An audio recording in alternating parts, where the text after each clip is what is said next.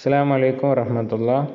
നമുക്കൊന്ന് പഠിക്കാനുള്ളത് ആര്യവേപ്പിൻ്റെ മരത്തിനെ കുറിച്ചിട്ടാണ്. ഒരുപാട് രോഗങ്ങൾക്ക് മരുന്നായിട്ട് വരുന്ന ഒരു വളരെയധികം ഔഷധ ചെടിയാണ് ആര്യവേപ്പ് എന്ന് പറയുന്നത്. അപ്പോൾ വളരെയധികം പ്രാധാന്യമുള്ളൊരു മരമാണ് ആര്യവേപ്പ്. അപ്പോൾ അതാണ് പറയുന്നത് നീം കാ പേട്, ആര്യവേപ്പിൻ്റെ മരം. തുമ്നെ നീം കാ ദറഖ്ത് ദേഖാ ഹോഗ, നീ ആര്യവേപ്പിൻ്റെ മരം കണ്ടിട്ടുണ്ടാകും. ഉസ്ക അസ്ലി നാം, അതിൻ്റെ യഥാർത്ഥ പേര് നീംബ് ഹെ. നീംബ് എന്നാണ് അതിൻ്റെ യഥാർത്ഥ പേര്.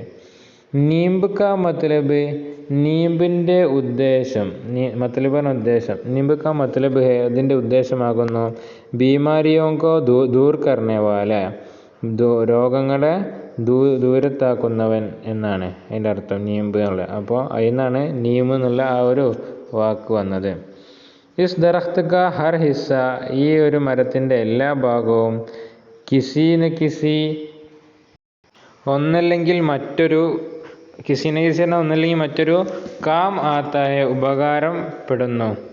അങ്ങനത്തെ ഒരു ഉപകാരം അല്ലെങ്കിൽ, അതായത് എല്ലാ ഭാഗത്തിനും ഒന്നുകിൽ ഈ ഒരു ഉപകാരം ഉണ്ടാവും അല്ലെങ്കിൽ വേറൊരു ഉപകാരം ഉണ്ടാവും. അങ്ങനെയൊക്കെ ഉള്ള ഒരു വളരെയധികം പ്രധാനപ്പെട്ടൊരു മരമാണ് വേപ്പുമരം അല്ലെങ്കിൽ ആര്യവേപ്പുമരം എന്നൊക്കെ പറഞ്ഞാൽ. നീം സബി ജഗ ആസാനി സെ ലഗായ ജാത്താ ഹെ, നീം എല്ലാ സ്ഥലത്തും നമുക്ക് എന്ത് ചെയ്യുക, വളരെ എളുപ്പത്തിൽ വെച്ച് പിടിപ്പിക്കാം. ഈ ലഗായ ജാത്തായ എന്ന് പറഞ്ഞാൽ ഇവിടെ നമുക്ക് തൂക്കിയിടുക, ലഗാന എന്നാൽ തൂക്കിയിടുക, അതേമാതിരി തന്നെ ചേർക്കുക, ഒട്ടിക്കുക, അതിനൊക്കെ പറയും. അപ്പോൾ നമുക്ക് ഓരോ സ്ഥലത്തേക്ക് യോജിച്ച അർത്ഥം വെക്കുക, അതാണ് അവിടെ അർത്ഥം എഴുതാൻ. ഓക്കെ. പിന്നെ ലോഗ് നീം കെ സബ് സായേ, ലോഗ് നീം കെ സായേ മേ ബൈഠ്തേ ഹെ, ജനങ്ങൾ ഈ വേപ്പിൻ്റെ തണലിൽ ഇരിക്കുന്നു. ബച്ചേ ഉസ്കെ സായേ മേ ഖേൽത്തേ ഹെ, കുട്ടികൾ അതിൻ്റെ തണലിൽ കളിക്കുന്നു. അവർ ജാൻവർ ഉസ്കെ നീച്ചെ ബൈഠ് കർ ആറാം കർത്തേ, മൃഗങ്ങൾ അതിൻ്റെ അടിയിൽ ഇരുന്നിട്ട് വിശ്രമിക്കുന്നു. गरम कपड़ों की हिफाजत के लिए लोग संदूक में नीम की सूखी पत्तियाँ रखते हैं. ചൂടുള്ള വസ്ത്രങ്ങളെ അത് സംരക്ഷിക്കാൻ വേണ്ടി ജനങ്ങൾ പെട്ടിയിൽ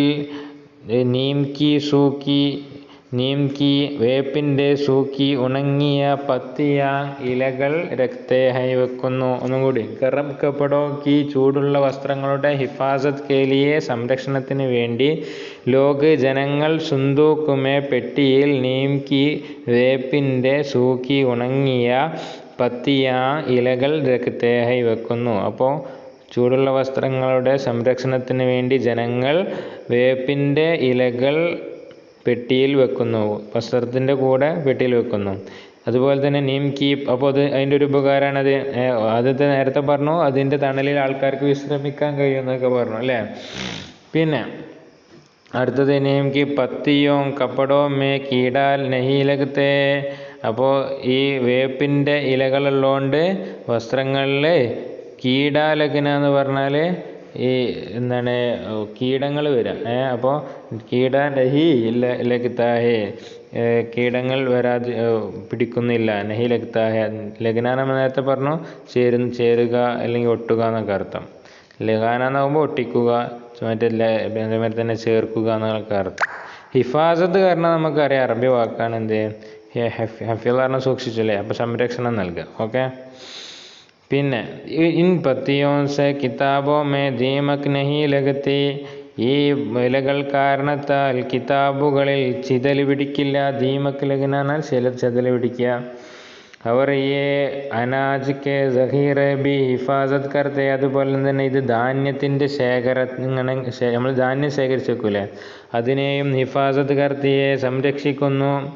സൂക്കി പത്തിയോ കോ, ഉണങ്ങിയ ഇലകളെ അഗർ ജലായ ജായേ തോ, കത്തിക്കുകയാണെങ്കിൽ, ജൽന കത്തുക, ജലാന കത്തിക്കുക. അപ്പോൾ ഉണങ്ങിയ ഇലകളെ കത്തിക്കുകയാണെങ്കിൽ ഉൻകെ ധുവേ, അതിൻ്റെ പുകകളെ ധുവേസ്, അതിൻ്റെ പുകയിൽ നിന്ന് മച്ചർ ഭാഗ് ജാത്തായേ, മച്ചർ കൊതുക് ഓടിപ്പോകുന്നു. മച്ചർ ഭാഗ് ജാത്തേ ഹേ.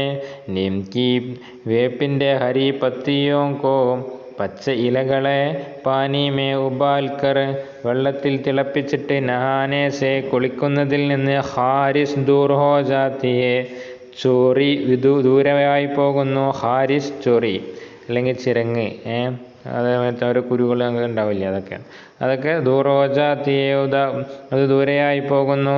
നീം കെ ദറഖ്ത് പർ, നീം കെ വേപ്പിൻ്റെ ദറഖ്ത് പർ മരത്തിൻ്റെ മേൽ ഫൂൽ ലഗ്തേ ഹേ പൂക്കളുണ്ടാകുന്നു.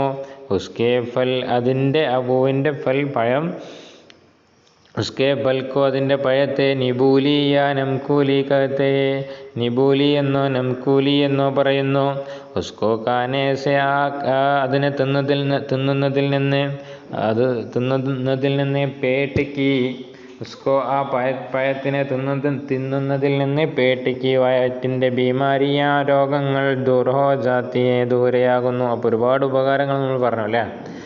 ഉസ്കി കുട്ട്ലി അതിൻ്റെ കുരു, ആ പഴത്തിന് കുരു ഉണ്ടാകും, ആ കുരു ഉസ്കി കുട്ട്ലി സെ ആ കുരുവിൽ നിന്ന് തേൽ ബി നിക്കാലാ ജാത്തേ ഹേ തേൽ എണ്ണയും നിക്കാലാ ജാത്താ ഹേ പുറത്തെടുക്കുന്നു. നിക്കൽന പുറപ്പെടുക, നിക്കാലാ ജാത്ത പുറത്തെടുക്കുക. ജോ ബഹുത്ത് സേ പുറപ്പെടുവിക്കുന്നു എന്നർത്ഥം. ജോ എങ്ങനെയുള്ള എണ്ണ, ബഹുത്ത് സേ കാമോ മേ ഒരുപാട് ജോലികളിൽ ഒരുപാട് കാര്യങ്ങളിൽ ഇസ്തിമാൽ ഹോത്താ ഹേ ഉപയോഗപ്പെടുത്തുന്നു, ഉപകാരപ്പെടുന്നു. അല്ലെ ഇസ്തിമാൽ കർണ ഉപയോഗപ്പെടുത്തുക, ഉപയോഗിക്കുക എന്നർത്ഥം. അപ്പോൾ ഇസ്തിമാൽ ഉപയോഗം ഹോത്തായ ഉണ്ടാകുന്ന പറഞ്ഞാൽ ഒരുപാട് കാര്യങ്ങൾ ഉപയോഗം ഉണ്ടാകുന്ന എണ്ണ അതിൽ നിന്ന് പുറപ്പെടുവിക്കുന്നു.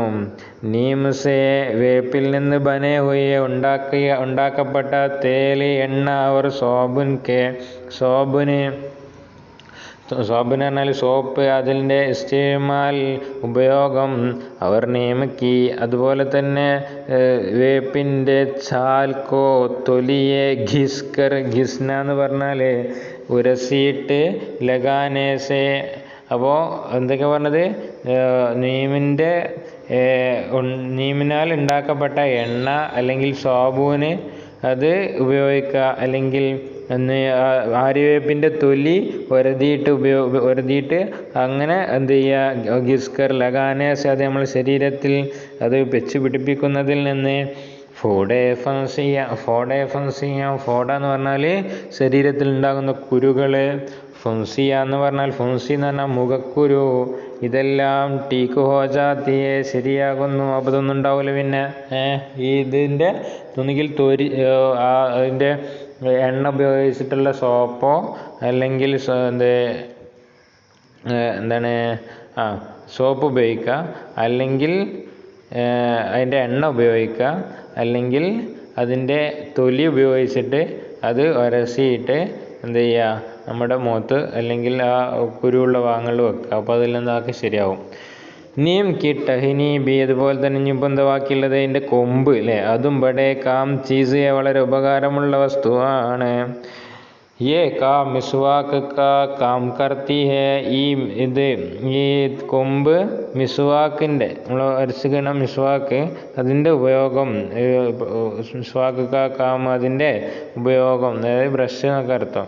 മിസ്വാക്ക് നമ്മൾ അരച്ച് ചെയ്യാൻ ഉപയോഗിക്കുമല്ലോ, അതിന് ഉപയോഗപ്പെടുന്നു, അതിൻ്റെ ജോലി ചെയ്യുന്നു.